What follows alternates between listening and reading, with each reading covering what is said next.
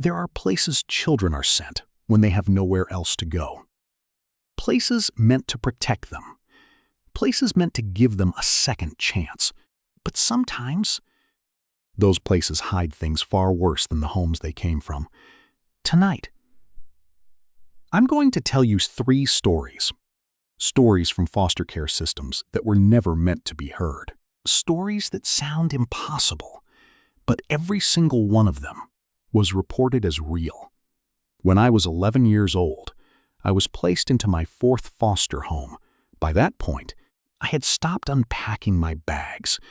You learn pretty quickly in the system. Nothing is permanent. But this house felt different the moment I arrived. It wasn't broken or dirty like the others.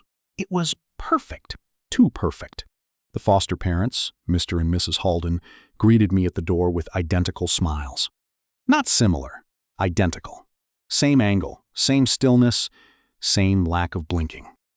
"Welcome home," they both said at the exact same time. I remember thinking it was weird. But I also remember thinking, maybe this is what normal families are like. They showed me to my room. Everything inside was already set up. Clothes in the closet, shoes lined up, books on the desk, even framed photos of me, except they weren't me. They looked like me. Same hair, same eyes, but slightly off, like someone tried to recreate me from memory and didn't quite get it right. I asked Mrs. Halden about it. She just smiled and said, "We like to be prepared." That night at dinner, they explained the house rules. Rule 1. Dinner is always at exactly 6 p.m.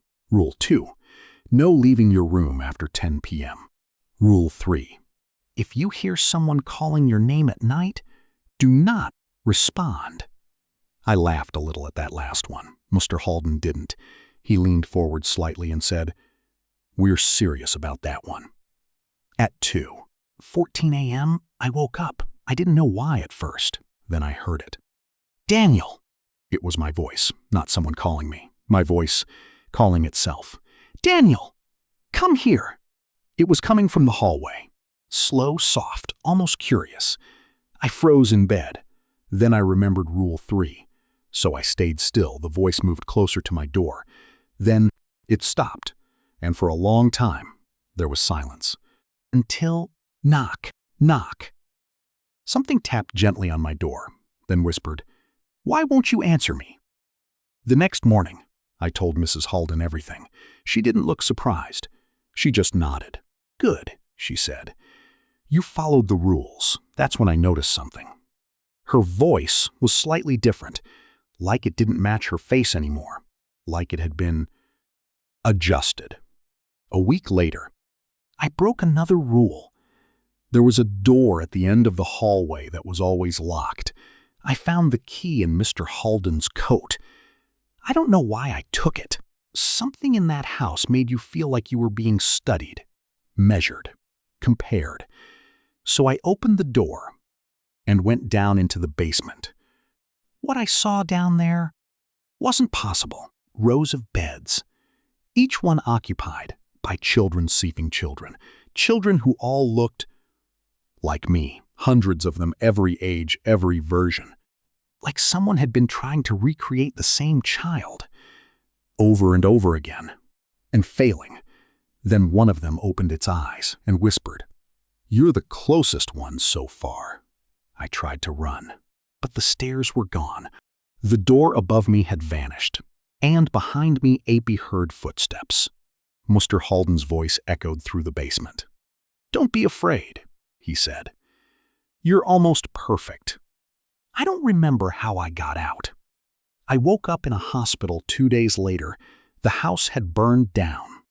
They said no one else was found inside. No foster parents, no other children, nothing. But sometimes, when I look in the mirror, Abby noticed something slightly off. Something that doesn't quite belong to me. And sometimes, late at night, Abby hear my own voice, calling me from the hallway. When I entered foster care, I was placed into what they called a temporary evaluation home. They said it was to determine where I would fit best. What they didn't tell me was that I wasn't being placed. I was being tested. The house had cameras everywhere. Living room, kitchen, hallways, even the bedrooms. When I asked about it, the woman in charge, Ms. Varel, said, "It's for your safety." But the cameras didn't blink. They didn't move. They just watched. Constantly. There were 6 other children in the house, but none of them spoke. Not to me, not to each other, not even to the staff. They just followed routines. Perfect routines. Wake up, eat, sit the sleep, repeat.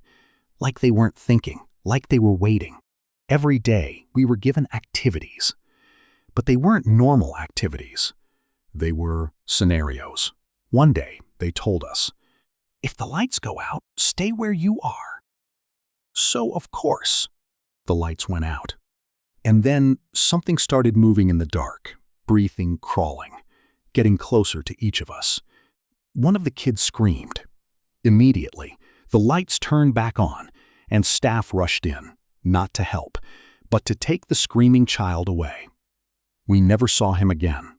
One night, I covered the camera in my room with a blanket. That's when I heard it. A voice from inside the wall.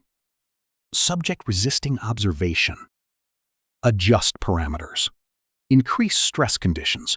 I pulled the blanket down. The camera was looking directly at me, but it wasn't a camera anymore. It was an eye.